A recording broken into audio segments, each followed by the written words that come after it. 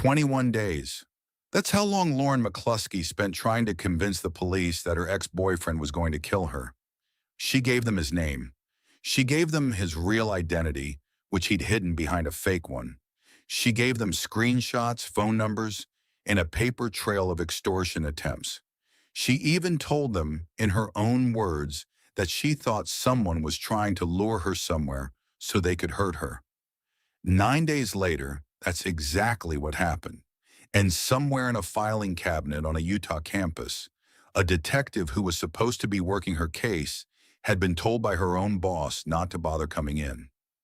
If cases like this leave you wondering how a system missed so many warning signs in plain sight, hit subscribe, because the deeper we go into what happened at the University of Utah, the harder this one is to shake off. University Police Security, how can I help you? I've been getting these texts from these numbers of different people. Hi, I would like to request some help for my daughter. I got a text about, asking if I wanted to go to his funeral, and I think they're trying to lure me somewhere. She started dating this guy, like a bad person. I don't want her to go there by herself and have something bad happen to her. Do you feel comfortable with him doing that? I know your mom was really concerned about it. I'm worried because I've been working with the campus police and I haven't gotten an update. So I'm dealing with a situation where I'm being blackmailed for money. And I'm concerned there might be an insider who's letting them know about the case. Trying to reach is not available.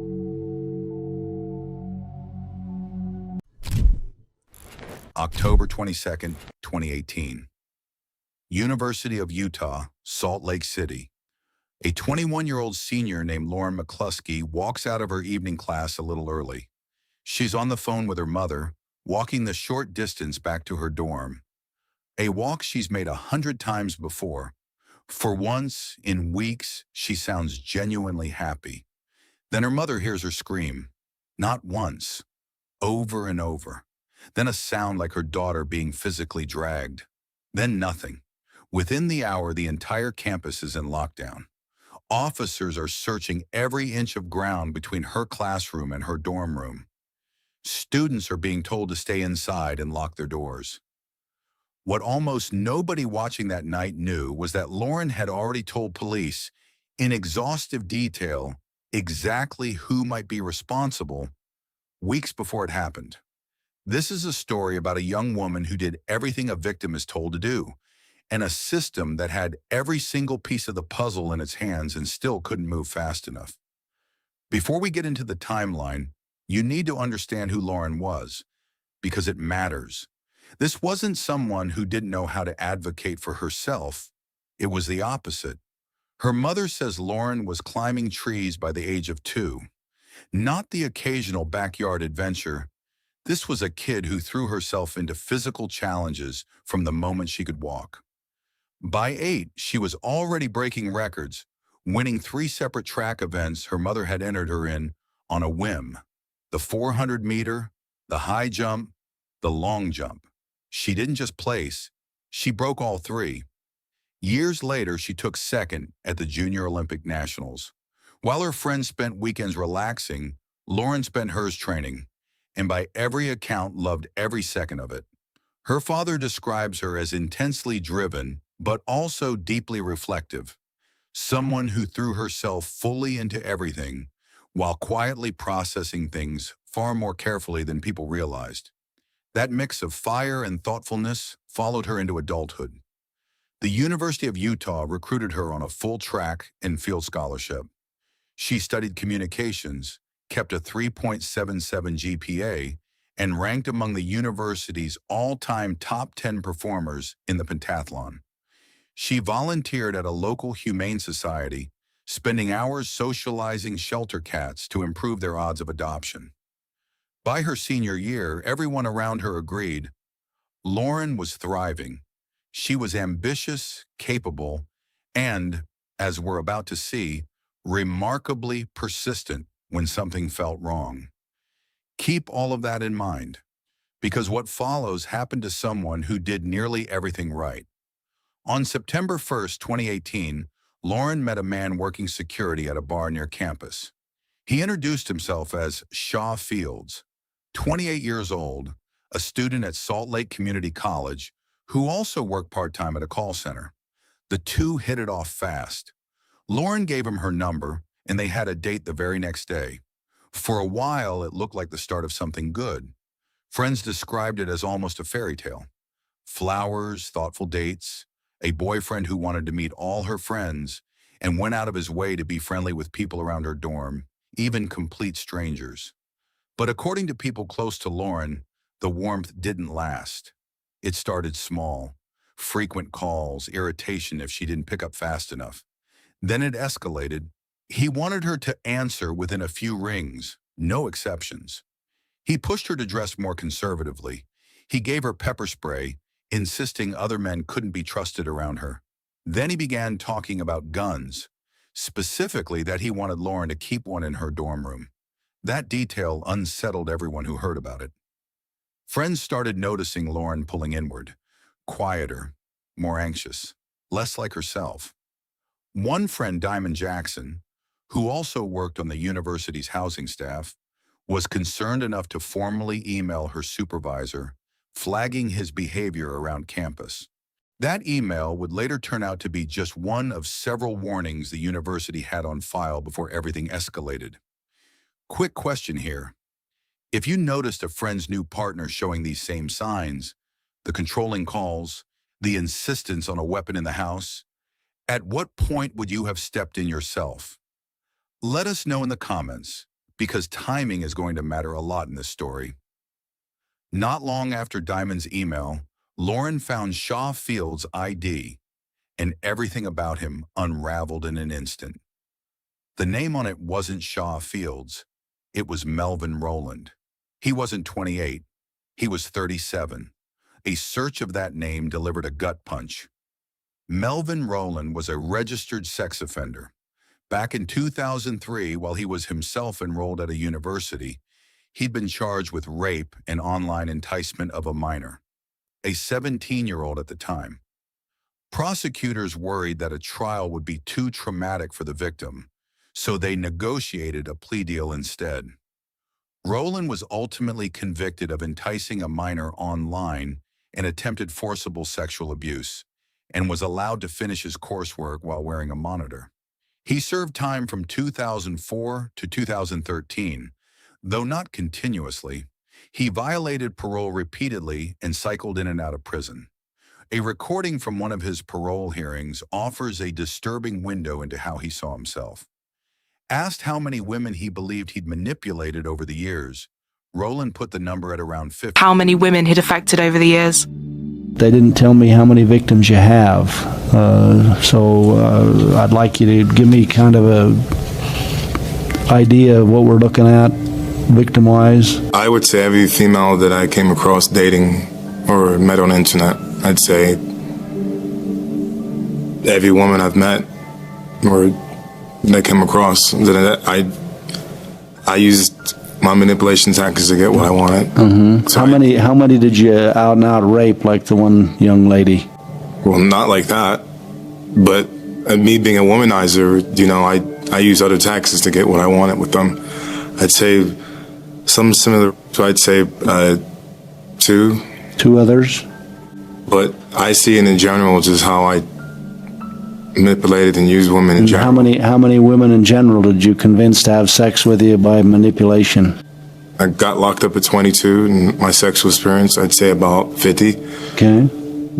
Describing it as something close to a pattern, not an exception, and separately acknowledging at least 2 instances he described in far more troubling terms.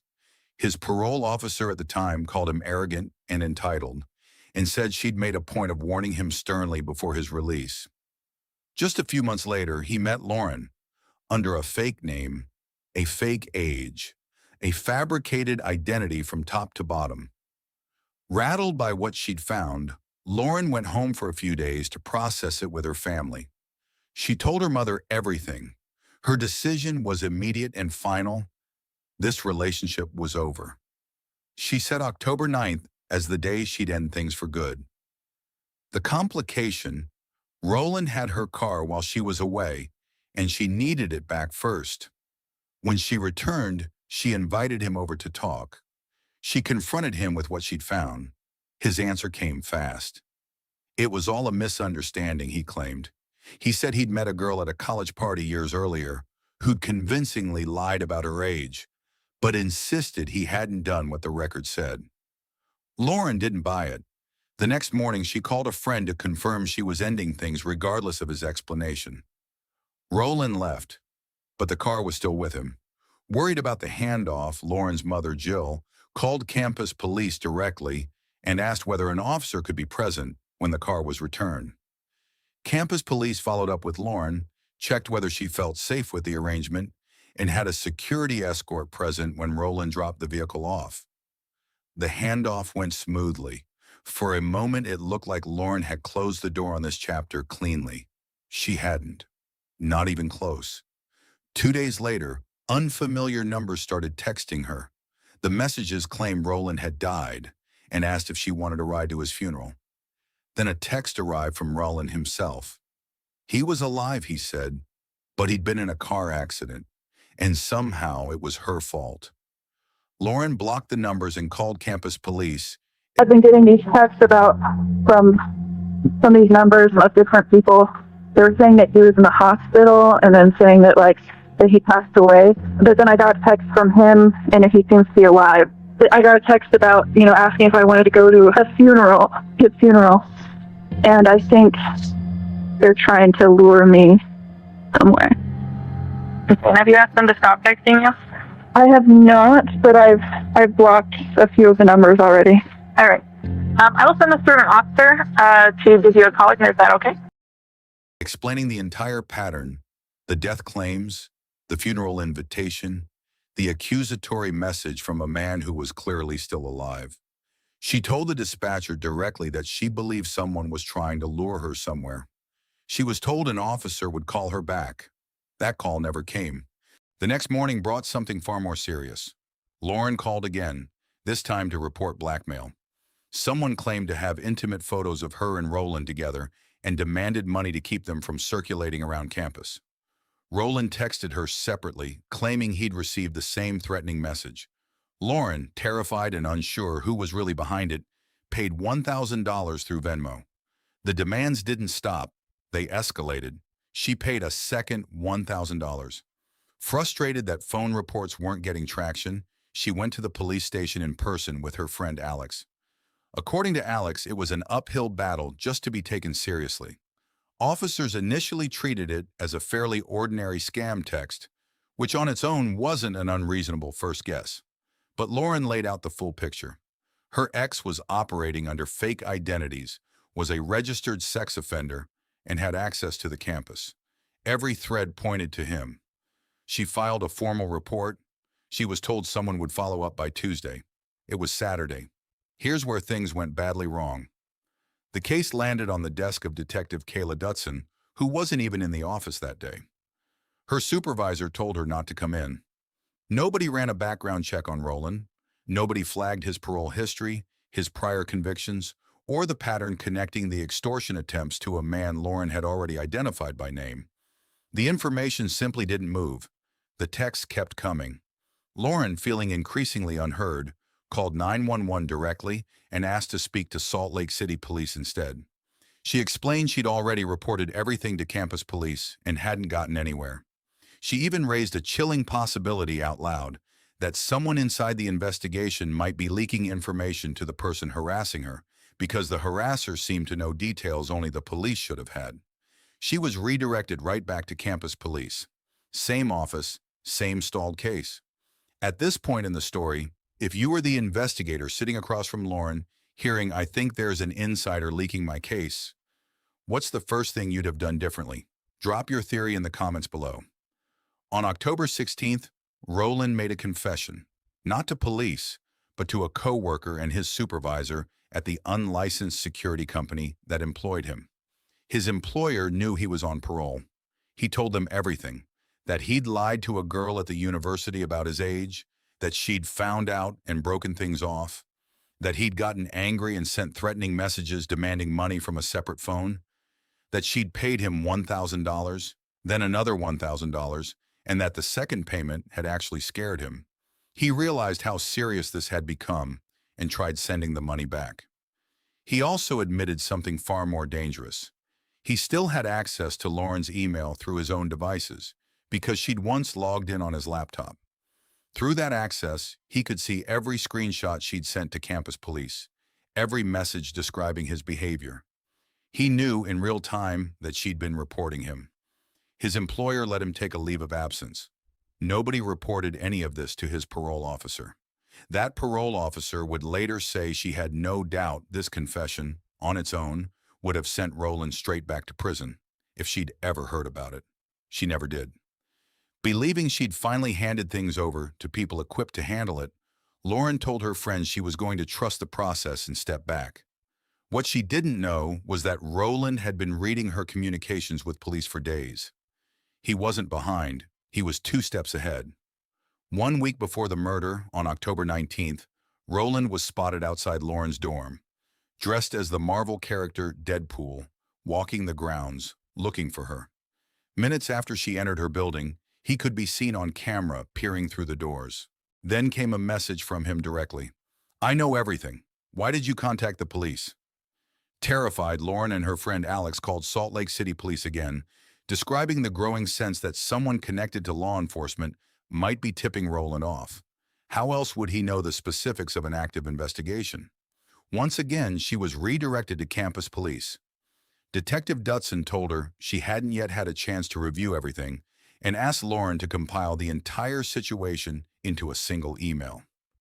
Lauren did, sending a comprehensive summary just after 7 p.m. that night. She told her mother she felt like she was becoming a burden, constantly following up, constantly pushing. Her mother's response was simple. "This is literally their job. You are allowed to ask for help." 3 days later, on the morning of October 22nd, the day Lauren would die, she received a text that seemed, at last, like real movement. It appeared to come from a deputy chief working her case, telling her to come to the station immediately because there was something urgent she needed to see. Lauren read it twice. Something felt off. The grammar was wrong. The spelling of the deputy chief's own name was wrong. It didn't match any prior correspondence she'd had with his real office. It matched instead the pattern of the extortion texts. It matched Roland. She was told to disregard the message. No one traced where it had actually come from. That morning, Roland left his apartment before 6:15 a.m. Using a borrowed car, he drove roughly 20 minutes to Lauren's building and began walking the grounds outside. Just before 9 a.m., Lauren left for a counseling session where, for weeks, she had also been processing everything happening to her. She narrowly missed running into Roland on campus that morning. He spent hours circling the area, searching. By early afternoon, he had made his way inside Lauren's own apartment building, let in at one point by another student who apparently knew him. He stayed inside for hours, moving between floors, testing doors. That evening, Lauren left her class a little earlier than usual. She called her mother on the walk home, the same walk she'd made countless times. For the first time in weeks, she sounded lighter, chatty, genuinely happy. She was ahead on an assignment. She was feeling more like herself. At 8:17 p.m., she reached the outside of her building.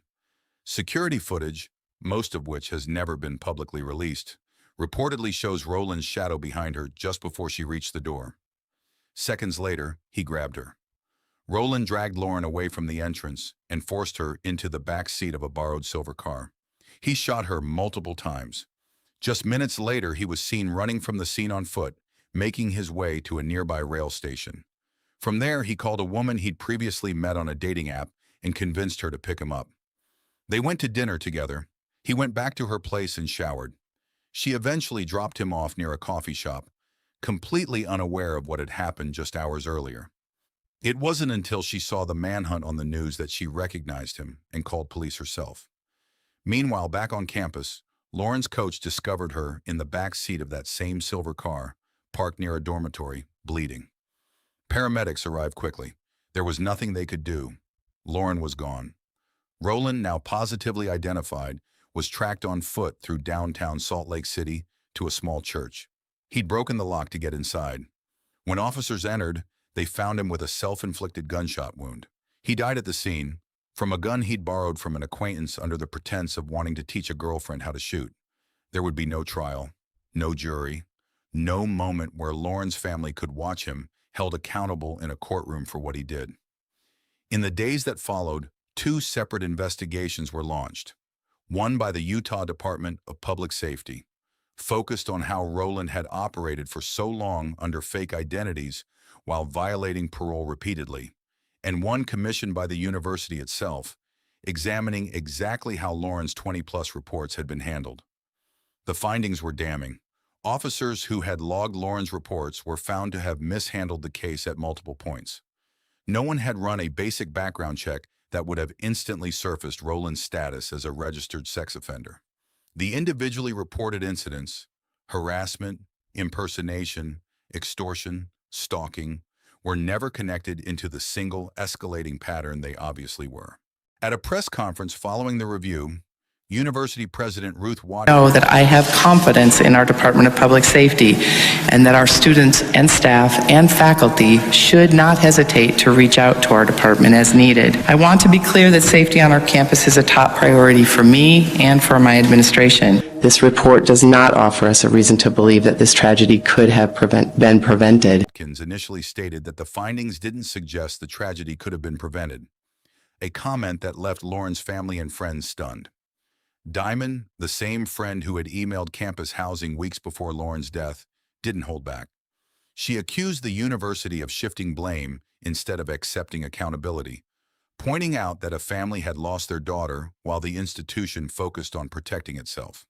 Detective Kayla Dutson, who had been assigned Lauren's case and told by her supervisor not to come in that Saturday, was ultimately fired. A separate case later surfaced in which she was also accused of failing to take appropriate action for another student. She appealed her firing and lost, but was later hired by a different Utah sheriff's office entirely. And then came a revelation that made an already painful case even harder to sit with. An investigation by a Utah newspaper found that one of the campus officers assigned to Lauren's blackmail case, an officer named Miguel Deras, had reportedly shown at least one of the extortion images to a male co-worker and bragged about being able to view it whenever he wanted. The university confirmed the substance of the report. Deras had since moved on to a police department in another city, which publicly stated it was launching its own internal review. The University of Utah, for its part, said an internal... This report saying, in part, we are very concerned about this allegation and are starting our own internal investigation to determine the facts. At the end of the investigation, we will take whatever action is appropriate based on the facts we discover. And also tonight, the University of Utah releasing a statement in response to the article and said after an internal affairs investigation, they, quote, found no evidence that a former officer had bragged or shared any image from the investigation that wasn't considered a legitimate law enforcement. Affairs investigation found no evidence that any image had been shared or bragged about outside a legitimate law enforcement purpose. The contradiction between those two statements never fully resolved in public. In June of 2019, Lauren's parents, Matt and Jill McCluskey, filed a $56 million lawsuit against the University of Utah. More than a year later, in October of 2020, the university did something universities in these situations rarely do outright. It accepted responsibility. In a public statement, Ruth Watkins acknowledged that Lauren's murder had been preventable, and that university employees had failed to fully understand and respond appropriately to what she was going through. The university agreed to a $13.5 million settlement and separately pledged $3 million toward a foundation created in Lauren's name. It was, by any measure, one of the more direct admissions of institutional failure to come out of a campus safety case in recent memory. It also came 2 years too late for the one person it was actually about. Lauren's case didn't just end in a settlement. It reshaped how at least one university, and through new legislation, a whole state, approaches reports like the ones she made. Her parents created the Lauren McCluskey Foundation, focused on improving campus safety policy and advocating for victims of dating violence. Utah passed what's often referred to as Lauren's Promise, legislation aimed at improving how threats against students are communicated and acted on. A memorial scholarship and fund were established to support female student athletes in track and field, and the University of Idaho named a running track in her honor. It's also worth noting that Lauren's case wasn't the university's only recent failure. Just months before her death, another University of Utah student, Mackenzie Lueck, was murdered as well, a separate case that added further pressure on the school to confront how it handled student safety. In response to both tragedies, an independent review committee issued 30 specific recommendations for improving campus safety. Within roughly a year, the university reported implementing all of them, including investment in a new police department building, updated interview procedures, a new police chief, and a detective role specifically dedicated to domestic and interpersonal violence cases. None of it, of course, changes what happened to Lauren. What makes this case so difficult isn't the mystery of who did it. Lauren told police who did it, repeatedly, by name with evidence. What makes it difficult is how many separate points along the way might have changed the outcome, and didn't. A detective who wasn't allowed to come in on the day her case was assigned, a background check that was never run, a confession made to an employer that was never passed to a parole officer who says she would have acted on it immediately, a fake text from a fake deputy chief that no one traced, an officer accused of treating her most private moment of vulnerability as something to joke about with a coworker. Lauren's mother said their final phone call was, by every measure, a good one. Lauren wasn't in crisis. She wasn't afraid in that moment. She was simply walking home, finally feeling a little more like herself. That's the detail that makes this story so hard to let go of. Lauren McCluskey did everything within her power. She researched, she documented, she reported, and she kept reporting, even when it felt like no one was listening. The system that was supposed to protect her had every piece of information it needed and still didn't move quickly enough to save her life. Her case changed policy. It changed legislation. It changed how one university, at least on paper, is required to treat a pattern of complaints instead of a stack of isolated reports. But it changed all of that after. Do you think justice was ever really possible in a case like this? Or does it feel like the system arrived at accountability far too late to matter? Share your thoughts in the comments below. We read every single one.